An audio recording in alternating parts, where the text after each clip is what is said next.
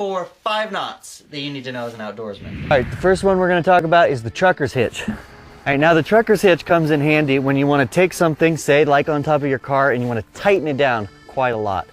This kayak works really good for demonstration purposes. So I've basically got this kayak on here, and this is the last bit that I want to tie down. Now, one way that a lot of people will just tie down a kayak is they'll just, you know, wrap the rope around, and they'll try to like tie some hitches or something in the rope. But the problem is that then it's still not super tight. That's why you tie a trucker's hitch. So to do that, you need to tie a little knot up in the top. And I like to tie a slip knot, which is the best way, I think, to tie a trucker's hitch. Basically, you take the rope, twist it like so, and then come back up through with a little bit of rope. Kind of tighten that thing down just a little bit. So you have that loop, which is easily pulled out if you want, right? And then you're going to take the leading edge through your hook on the car, put it back through that hole, and then you can just crank that puppy all the way down. That's pretty good, tight enough for my kayak to stay on. Now I'm gonna finish that off with 2 little half hitches here. Keeps that tight. And then one more, make sure it stays on. There you go, that's your trucker's hitch. Okay, the next knot is the self-tie bowline. Now we learned how to do the bowline knot right here, so you can check that one out.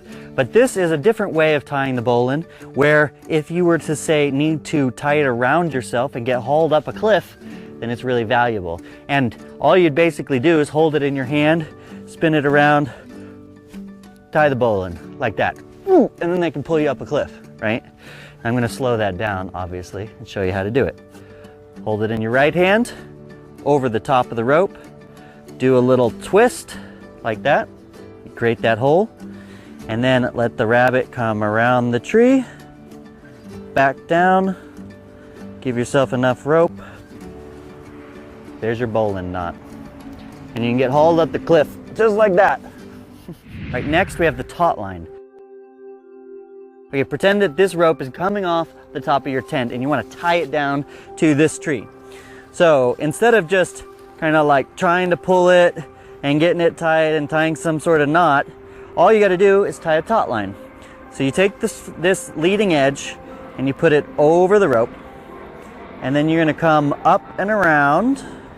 I'd like to do that once, and then another time on the inside. That's twice. And then you're going to cross over and you're going to go the opposite direction, under and through, just like that. So there's your taut line. And the cool thing about this knot is that you can basically tighten it by hand and it'll hold.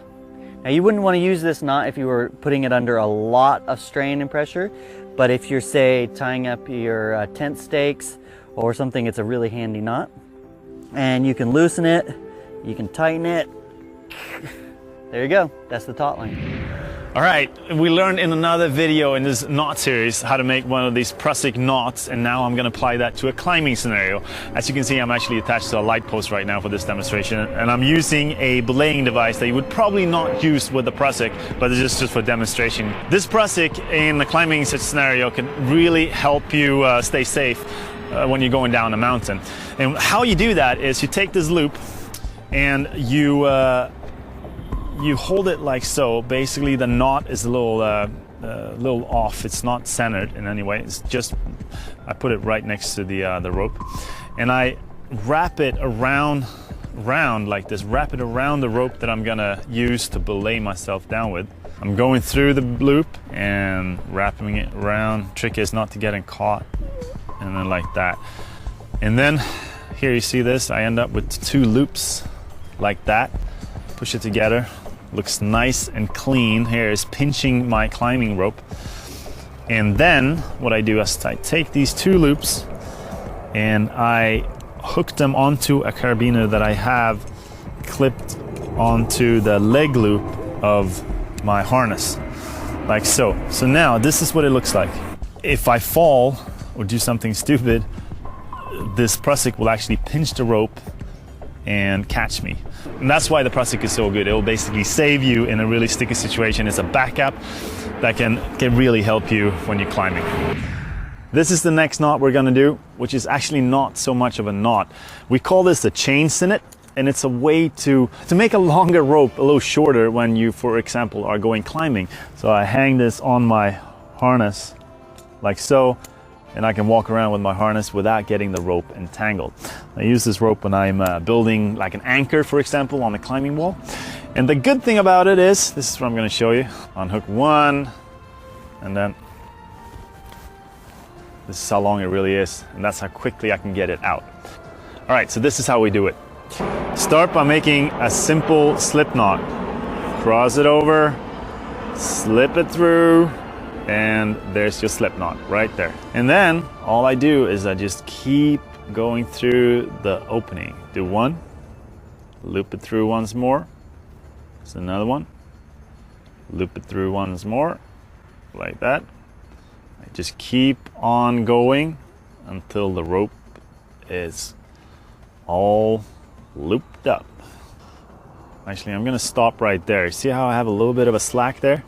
I'm gonna use that and do just a simple locking hitch right at the end to make sure that my loose end doesn't slide through.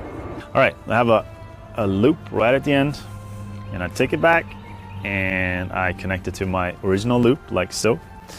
And then I have my chain sinnet like that. This I can clip to my carabiner, clip it to my harness, and bring with me on the rock climbing wall, which is great.